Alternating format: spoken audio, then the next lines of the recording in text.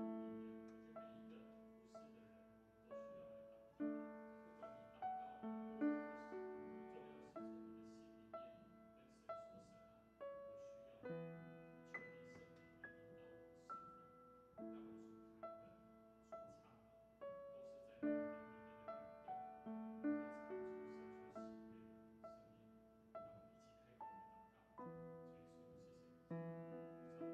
神你的教会。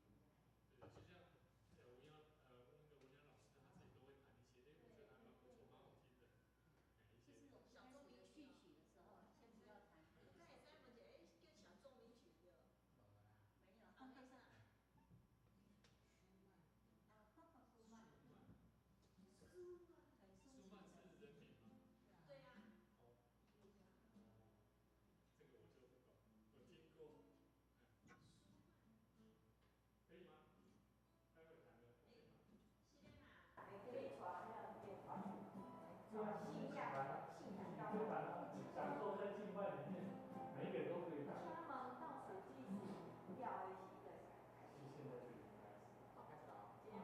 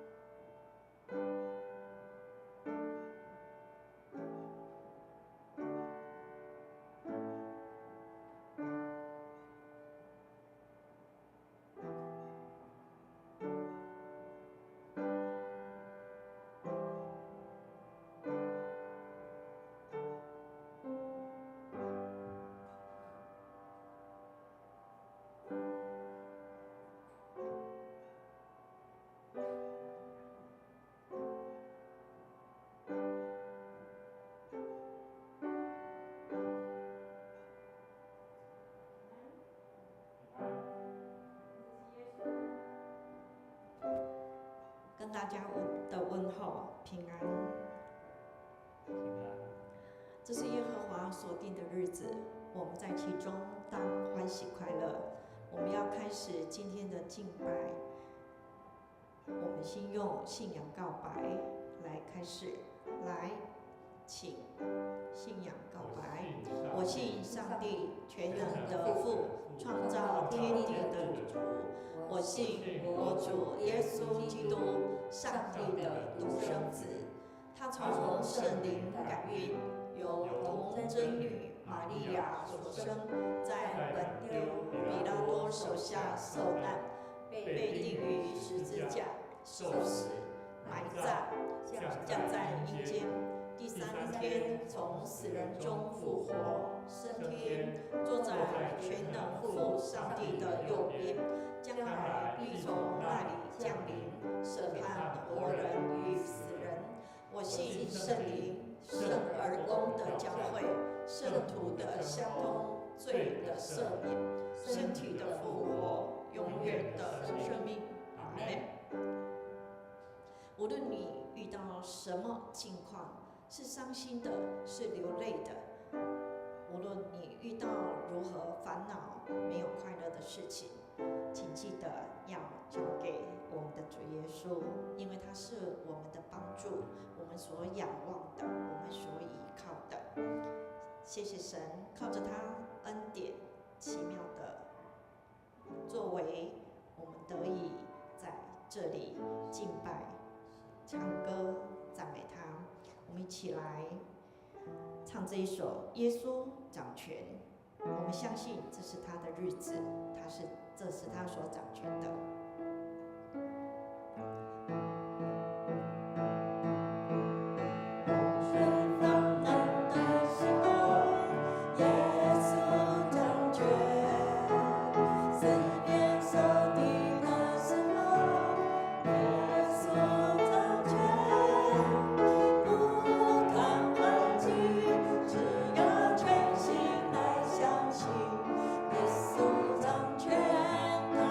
是。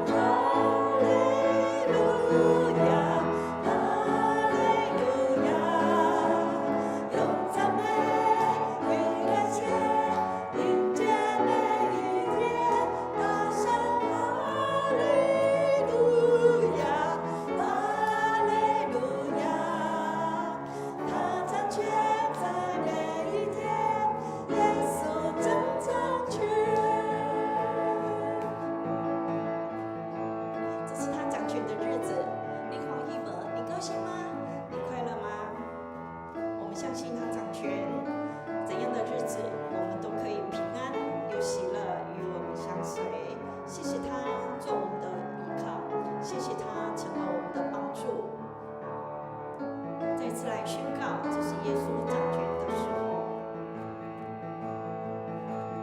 洪水泛滥的时候，耶稣掌权；四面受敌的时候，耶稣掌权。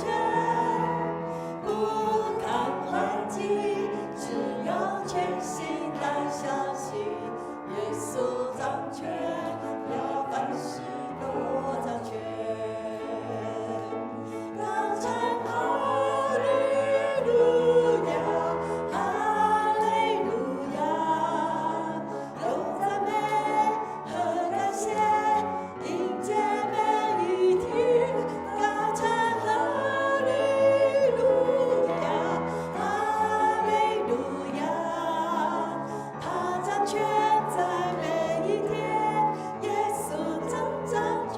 再次宣告，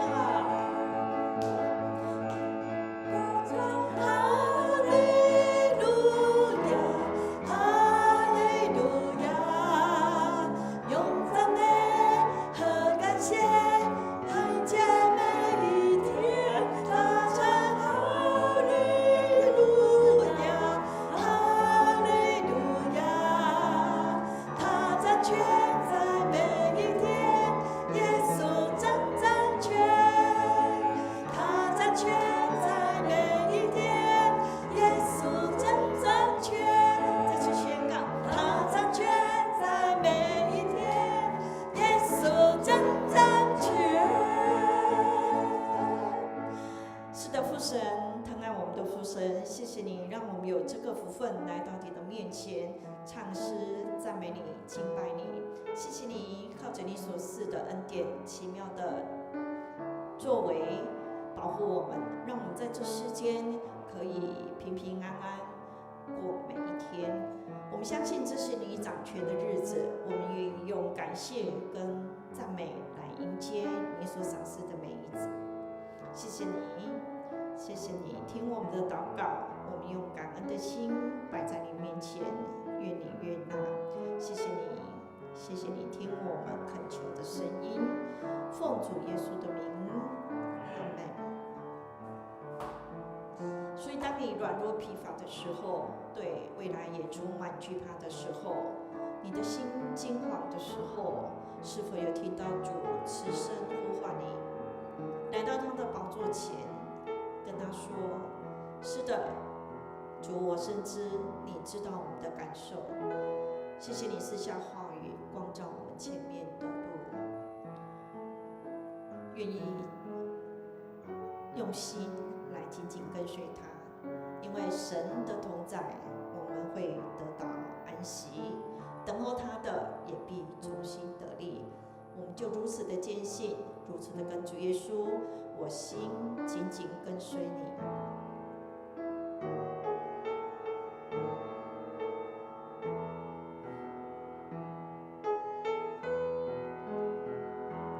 主耶稣，我心紧紧跟随你，你同在是我的安息。主耶稣，我心紧紧跟随你，等候你，我同心的灵。主耶稣，我心紧紧跟随你，你同在是我的安息。主耶稣，我心紧紧跟随你，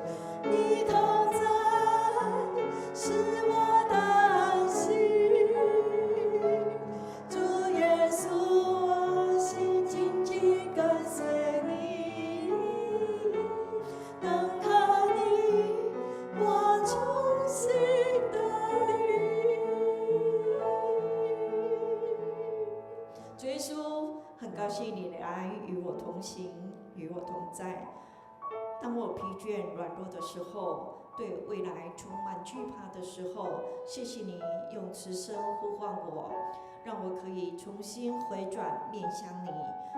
你的圣神，你温柔的圣神，叫我们心里感受到你的温暖。谢谢你以私下话语帮助我们可以重新得着力量。谢谢你这样的告诉我们，是我，你不用害怕。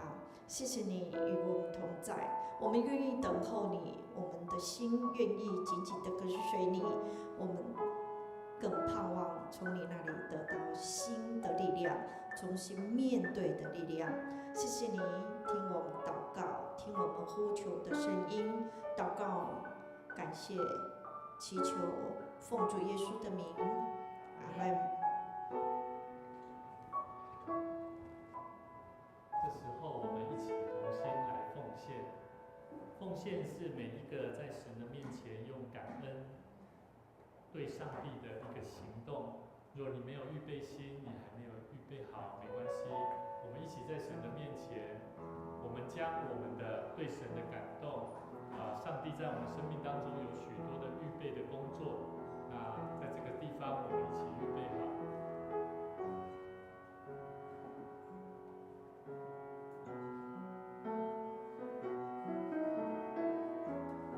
我们一起起立，我们一起来唱这首歌《我心属于你》。我来到你面前，全心向你呈现，耶稣，你是如此爱我，我单单属于你，主我在这里。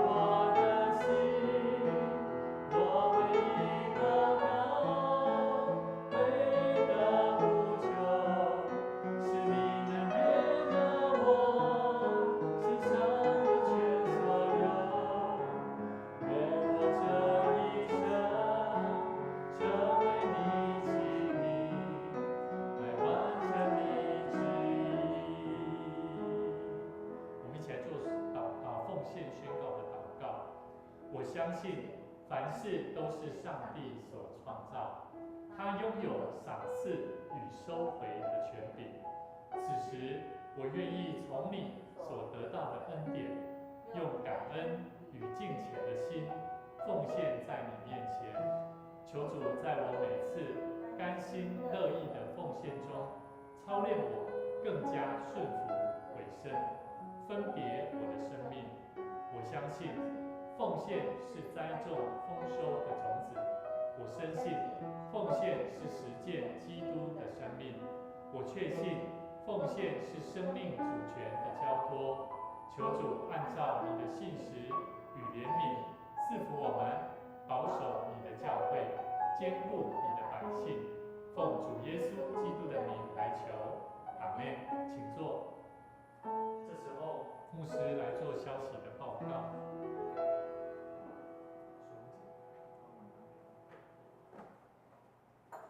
好我们今天很高兴一位新朋友蔡秀珍蔡秀芝姐妹，我们拍手欢迎她，欢迎你请坐她本身住在这个大桥一街这边那我们刚刚其实上一堂台语礼拜的时候，牧师就有介绍到你，邀请大家为你祷告，因为每一个来到教会，上帝的教会都是一个上帝很奇妙的带领。本身是这个与神和好这个协会，是不是？我没有特别的。就是说在网络上，不是在网络上。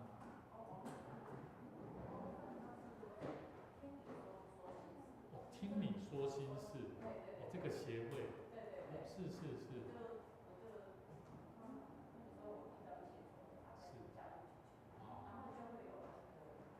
有一个教会的弟兄姐妹来关心你。对对，所以上帝我们这个过程，我们都叫做圣灵奇妙的带领。好啊，所以很奇妙。我们其实教会人不多，但是我们每一个基督徒、每一个弟兄姐妹都非常有爱心。你身旁坐的这2位年轻人，他们之前都不是在教会。那他们一个是疫情期间，他从国小6年级还是5年级，中南5年级这样就这样就进来了。他现在是我们的弹吉他啦。这位姐妹这个静瑶，她叫静瑶她本身也是，他们2个都是同班同学。可是她是自己，你是听到有人说有教会是不是？你不知道自己是怎么进来的。所以其实我们的这些成员都很奇妙，都是圣灵的带领跟感动。所以其实我自己本身过去也是一个神很奇妙的工作，我觉得私下有机会再跟你分享那我先来报告我们教会的一些消息我们本主日是大专还有教社，就是教会与社会关怀的主日。所以呢我们有楼下有一些奉献袋如果你我们的周报上面有夹奉献袋，你如果有感动的，也欢迎大家能够关心代祷跟奉献。那我们今天华语是正常聚会了，我们待会结束后有活水泉小组聚会，那都是牧师在带领，也欢迎在修之姐妹也可以一起留下来，我们一起用餐。那我们本教会我们礼拜4都是固定牧师会跟我们的这些长子同工一起去家庭探访拜访。那如果你的时间你觉得不方便，我们都可以在1楼的这个公布栏有这个可以填写的日期，那我们就会安排时间过去，那大家一起坐下来聊，让你们能够更认识你，那也将你们的需要能够我们一起在祷告当中求上帝来帮助。其实很多弟兄姐妹都在这个过程当中受到很大的关心跟鼓励，所以家庭还有生活都带来很大的改变。所以这个是我们可以来关心这件事情。那另外呢牧师也鼓励各位我们每一天都要学习有灵修祷告。灵修是为了要我们跟神的关系能够连接得更好，所以我们基督徒是透过灵修、透过祷告、透过读神的话语包含听牧师讲道，牧师讲道就是讲一些神的话语、圣经的道理，然后让大家更多的了解上帝在我们跟人的生命关系是什么。好，所以呢我们今天呢牧师想要带领大家一起来认识一个主题那你们有没有听过爸爸妈妈我们的长辈会跟我讲，你如果我一定会我都爱你，不管你怎么样我都会给你。有没有听过这种？对不对？你对待你的囝，你对待你厝里的人亲人你一定在他还没有得早的时候，在你希望他得早的时候，你一定会告诉他，不管你怎么做我都是爱你的。不会？不是，就说把你赶出去他会觉得是做的很违背社会伦理，是他会觉得你就不是这样。在我们的信仰里面，牧师用一个应允，应允是什么？应允是上帝他在我们每一个人生命当中，他早已命定的计划，是他要给我们，他要给我们是什么？是爱，是温暖，是祝福。但是不见得每一个人都愿意得着，就像孩子一样。当做父母亲的，他把孩子生出来，我是个孩子，我的孩子，我会告诉他，我爱你，不管你怎么样，爸爸永远爱你。但不见得所有的父母亲都是如此。但是我讲说我爱你，他一定会相信。可是他还是会去做其他事情。当他做了其他事情，我们就会怎么样？你再这样我就不爱你了。父母亲就最常说，你再这样我就不爱你了。可是我们的爱是有限的，可是神的爱是无限的，而且是无条件的爱。这是耶稣，也是我们所认识的上帝的爱。所以我们要认识什么叫做应允，是上帝他已经应许爱我们，但是不见得每一个人都可以愿意接受得到。为什么？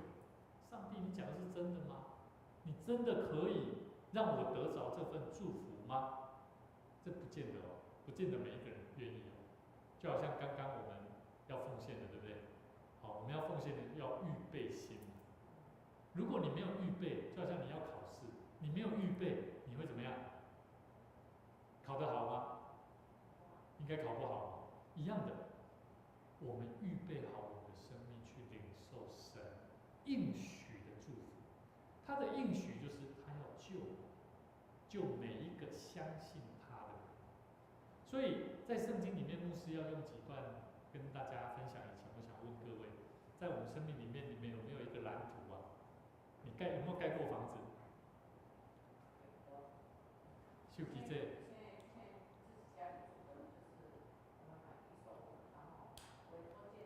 委托建设公司。对，所以你一定会有一个你希望建的房子的一个蓝图。我希望我的这个厕所、中岛或者是厨房，你要怎么去分配？每一个人的生命就像是一个蓝图一样，他都在计划一个蓝图。可是这个蓝图如果没有营建厂，没有打地基，如果你没有砖瓦，你要用什么样的材质？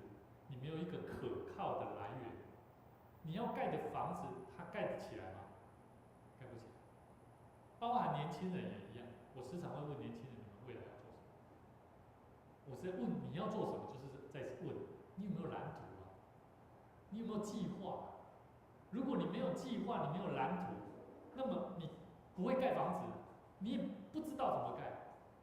就算你想盖，你也不知道该怎么盖，因为你没有蓝图，你会乱盖，好，你会遇到了就盖，想到了就做，所以你会发现为什么有些学生哦，他功课很好，为什么他成绩都可以保持在 top？ 我时常在想这个问题。所以呢，一个人如果他的蓝图缺乏了，他真的一步一脚印的真的去做，他会发现这个蓝图是盖不起来的。圣经里面呢，有一个很重要的人物，就是亚伯拉罕。他有一个信心啊，他有一个信心，就是上帝有告诉他，你要往普天下去，我要让你的未来的子孙是如同天上的星星那么多。但是有一件事情就是，你要把你的儿子长子要献祭啊，他们献祭是要用一个坛，然后把它杀了，就像一个羔羊，那个牲畜哦，他们要取那个公羊，好，可是呢，他要把他的儿子献祭。亚伯拉罕他有没有做？他有。当他要做的时候，上帝说：万万不可！你所要做的，你的心意我知道。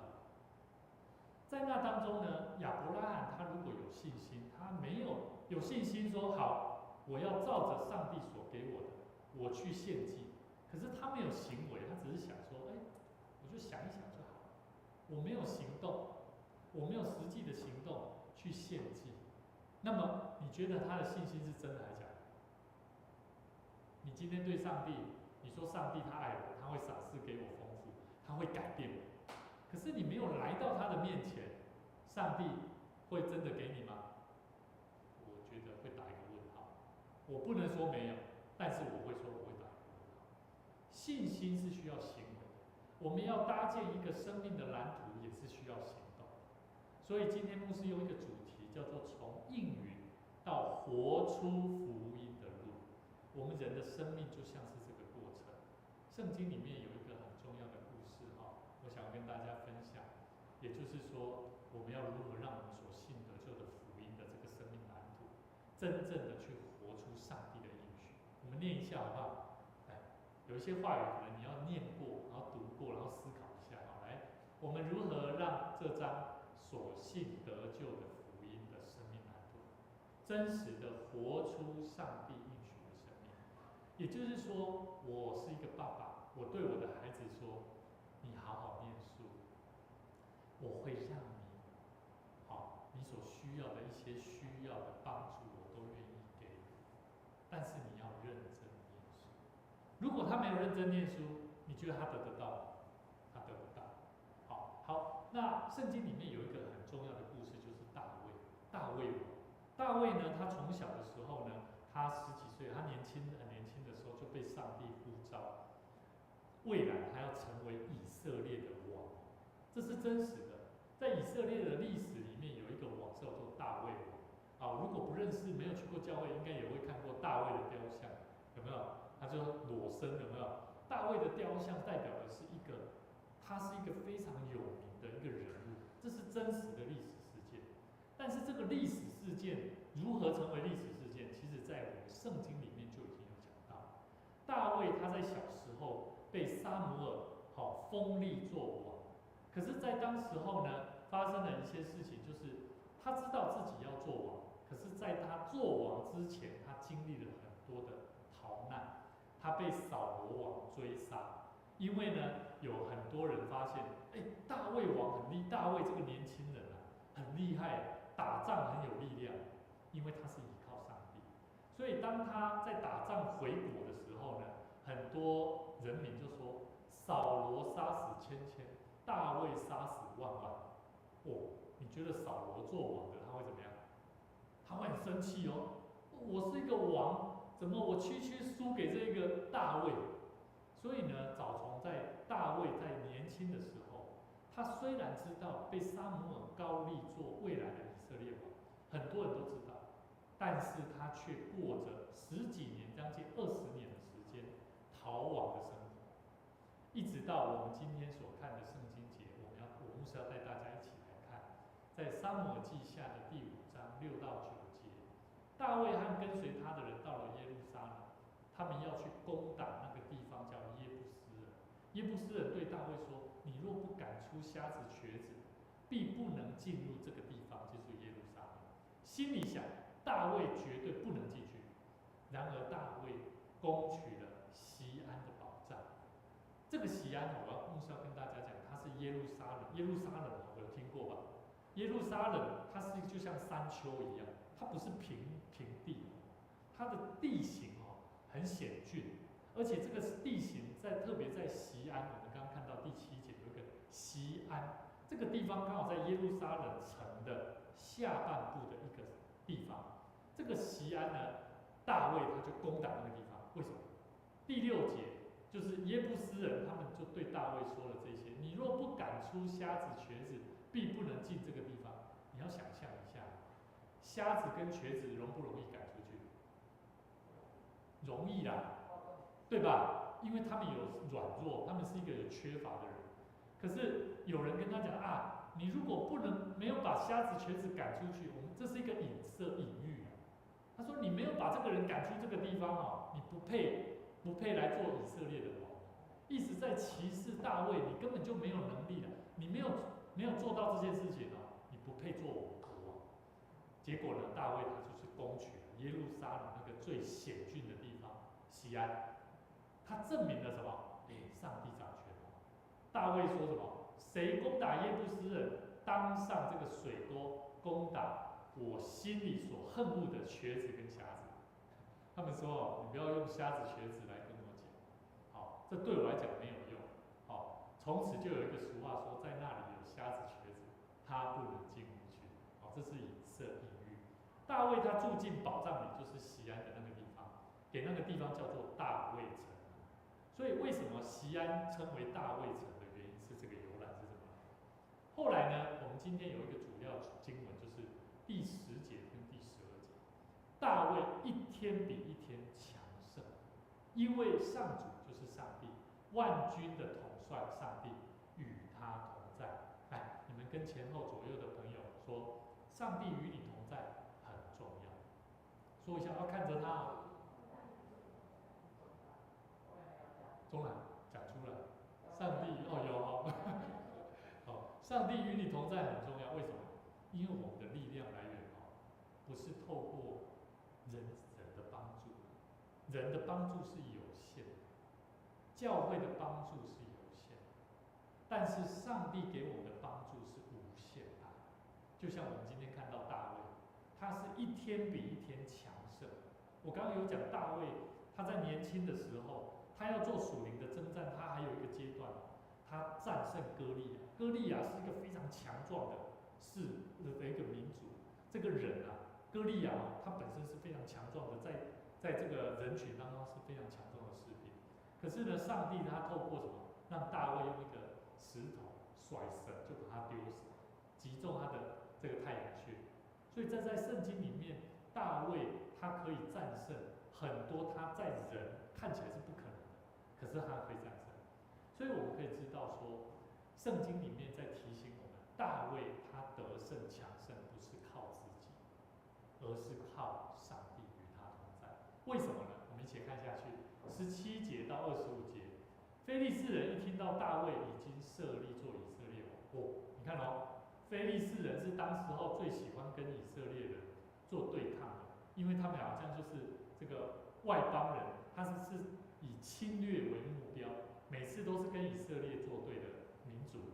他们知道说大卫要做王哦，就整军出发寻索大卫。大卫知道了，就下到堡垒去。然后呢，非利士人来到利法因谷一个地名，占据了那个地方。大卫就求问上主。你看牧师特别把他用黄标把它弄起来。大卫他不是说来，他去结合了那些有钱有势的人啊，没有，他是先求靠上帝。跟你旁边的人说，你要时常祷告。祷告就是在求问上帝，就跟大卫一样，他在求问上帝。他说：“我该上去攻打非利士人吗？你会使我战胜吗？”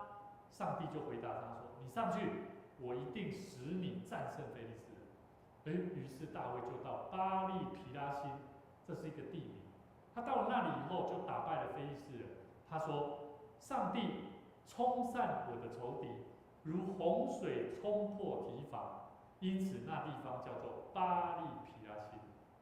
非利士人逃命的时候，把偶像丢在那里，大卫和他的部属就把他们都带走了。第一次战争胜利，第二次战争又来了，没多久，非利士人又回到利法因谷，占据了那地方。大卫再次问上帝。牧师先讲到这里，我想问你，你第一次胜利了，你会怎么样？你还会不会来求靠上帝？应该会暂时没有，正常人的心态，因为我就有方法了嘛，我知道该怎么做了。可是我告诉你，接下来的战争，他求靠，他问上帝，上帝说什么？不要从这里打他。你要知道哦，打仗有一个这样，他又上来立法因谷，人就是这样会有经验。你有经验，别人会不会有经验？会啊，人家在这边失败了，你觉得他还会继续在这边再让你打一次吗？应该不会。所以呢，上帝就告诉大卫，他说不要从这里攻打，要绕到从他们的后面，靠近桑树林那边去攻打他。所以你一听到这个树有悄悄的这个脚步声，就马上进攻，因为我已经走在你的前面去攻打非利士的军队。所以我们要告诉牧师要提醒各位，我们每一个人的生命都像在做征战，像大卫在做属灵的征战。我们的征战是什么？家庭、关系，还有什么？智慧。你不要想说你的智慧不足够，你不要想说这个我都懂啦，这个我都会啦。牧师我做牧师，虽然是牧师，可是我觉得我有很多时候，我都在神的面前说：“神啊，求你让我有更多智慧，怎么跟人建立关系。不是每一个人都愿意跟你建立关系的，也不是每一个人都愿意听你讲神的道。很多时候我们做父亲的，刚刚我的孩子跑到我旁边跟我讲说妈妈怎么了？刚刚他想要做什么，他没有办法得着，我只能够心里面说，你好好去跟妈妈说话。爸爸这个时候我没有办法帮助你，我只能够这样做。很多时候我们会发现有很多问题，我们想要找出方法，但是唯有我们求靠神。所以呢，到后来呢，他有没有得胜？于是25节，大卫照着上帝的命令做了，他把非利士人击退，从加巴一直到追赶到基色，实际上原文应该是基遍到基色的地方。所以呢，牧师简单跟大家分享这个故事，其实最主要要跟大家分享一个很重要的观念：我们的生命要求靠上帝。大卫他本身在他年轻的时候，我有讲过，他战胜许多军队，甚至做王。做王就怎么样？就会骄傲，就会有受到许多的诱惑。大卫也一样，他曾经因为在情欲上，他败坏自己，把别人的老婆变成自己的老婆，甚至还把别人杀害了。所以大卫他心里面他有罪，他心里面是走不出来的。他写了一首诗，我们一起来看这首诗好不好？他说，我们一起来读。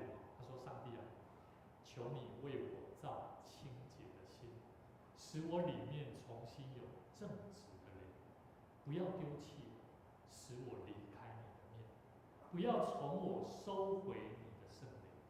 求你使我仍得着救恩的快乐，是我乐意的灵扶持我。”哎，他有没有讲到那种人心里面的苦痛？你们要知道哈，人没有办法重新回到生命的正轨，你就会发现你的心里面有很多搅扰，有很多污秽拉撒，一直在影响你。我刚刚有讲，大卫他是一个犯过罪的人，他杀害人，他甚至犯奸淫的罪。可是他是一个诗人，我们圣经里面的诗篇有一大半很多都是他写的哦。哎，你不觉得很奇怪吗？他是一个罪人啊，可是上帝用他成为一个以色列的王，但是他也犯罪。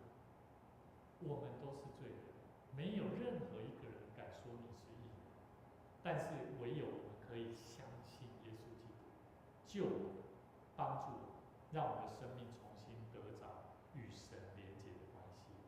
所以在这边，牧师也要用带领大家，我们一起思考。在我们生活当中，我们的生命，我们要怎么来领受这份福音？虽然或许今天你第一次来到神的面前，你终于慢慢在认识，到底我要怎么跟神建立关系？牧师真的要鼓励各位，把我们的心敞开，好好的与神面对面的接触。这个十字架是耶稣被钉在十字架上，为什么他要被钉十字架？你们知道吗？静瑶、钟兰，你们知道吗？钟兰，你讲吧。你知道耶稣为什么要被钉十字架？简单讲，受罪。受什么罪？他受了什么罪？对，他受了人的罪。为什么他要受人家的罪？因为上帝知道世上的人都犯了罪，就把他的儿子耶稣基督成为人的样式诞生。所以圣诞节我们不是庆祝耶稣诞生，有没有？他是降在皇宫贵族里面吗？不是，他是降在马槽里，是在很卑微的地方。当他在寻求神、上帝他的天赋的福音的道真理的时候，他去圣殿跟很多法利赛人那些经学士辩论旧约的经典。他愿意跟人家讲他是上帝的儿子，他就是很多人期待弥赛亚来救他们的那一位弥赛亚，可是没有人相信。他说：“你们乱讲话，你根本不是上帝的儿子，你是人你凭什么说你是上帝的儿子？”人就开始定他罪，你还要来救我们？可是耶稣他就是没有讲什么，他只说愿意来跟随我的，相信我的，在天上的父家，你们也要得着那份救恩，你们也要自由，你们要得着救赎。所以耶稣他最后是被人钉在十字架上，他是无罪的。可是当他被钉的时候，他旁边还有2个十字架，十字架是罗马帝国对罪人的一个刑具，它是刑具。那耶稣为什么被钉？他既然是被无罪的被钉在十字架上，旁边有2个罪人，他们是真的是犯罪，然后被钉十字架。其中2个，一个他就说啊，你既然是上帝的儿子，你就救我们啊，你就救我们，你也让你自己可以下来。为什么你也被钉？其实耶稣他在要被钉之前，他在客西马尼园，他跟他的门徒他说：“我们一起来祷告，你们要警醒祷告。”他跟他的天父祷告耶稣也祷告他祷告他的父神说：“父啊，很苦呢，我真的要这样做吗？可不可以把这个悲、这个苦难拿走？他做了2次的祷告。神啊，拜托，不要让我做这个罪，好不好？但是他后来他说，照着你的意思，不是照着我的意思。各位弟兄姐妹，耶稣这个十字架的意思，第一个，他要我们人跟神的关系。他走到世上，跟人是建立人与人的关系。所以每一个在教会的基督徒，牧师都鼓励侍奉的人。我们侍奉好像是牧师请你来，请你来谈，请你来侍奉，来做这些事，是人跟人的关系啊。可是你的侍奉如果没有跟神的关系，你做这件事情是不 OK 的哦。他看得出来啊，我从你身上我看得出来啊，看得出来你有没有感动啊？你在弹奏有没有感动啊？好，你在说话有没有感动？所以跟你旁边的弟兄姐妹说，你要时常把神的爱传递出去。你要时常把神的爱传递出去。神的爱传递出去，就是我们在建立从神而来得来的祝福，把神的爱传递分享出去。所以来到教会的信徒，牧师不会单纯看你们大家，你们预备好了没有，而是你们回去之后，跟你们的家人的关系，跟你们跟朋友之间的关系，你们的生命有没有改变？好，所以如果你回去了，我很喜欢去教会，都会让我重新得力，很好。但是我要问，你回去之后，你有没有抱着这个喜乐跟盼望，去祝福你身边的朋友？你的家人会不会因为你而得着了那份喜乐跟祝福？这太重要了。所以我记得我小时候，我的父母亲时常吵架。那每次我只要看到我的妈妈在跟我父亲在吵架的时候，我的爸爸时常会讲一句话：啊，你也没有比较厉害啊，你都时常去教会，但是你也时常做一不对的事情啊。那时候我就开始在想，这个很重要。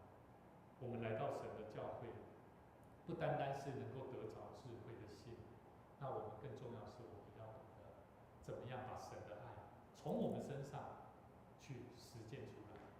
好，所以在这边牧师要祝福各位，我们一起在神的面前好好学习这份很重要的功课，不仅得着应许的智慧，我们要知道怎么样身体力行。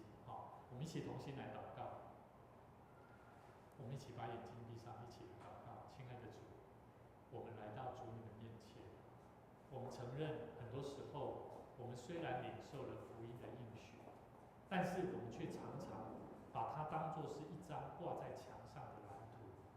我们承认，我们常常靠自己，没有真实在你里面有合一的心智，跟上帝有同样的心智，来爱人、帮助人。恳求神赐给我们力量，让我们与人的关系没有那一层城墙来隔绝我们人与人之间的关系，而是透过神你的爱来打破我们生命当中的破口，重新来填补，透过神你的爱来填补那个破口，帮助我们成为一个更强壮、更刚强、有信心的人，来为主服事工作。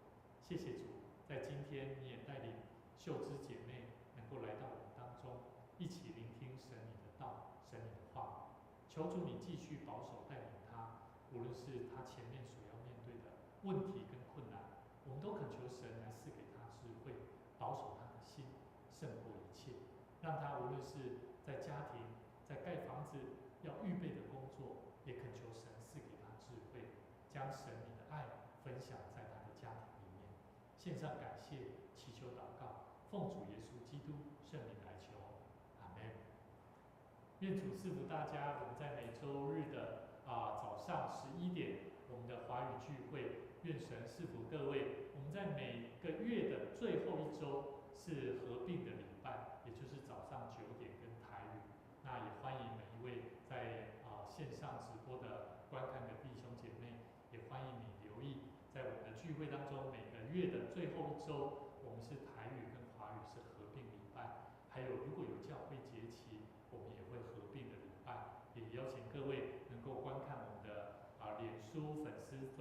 账号，我们可以去观看我们的消息。愿主赐福大家，愿你平安。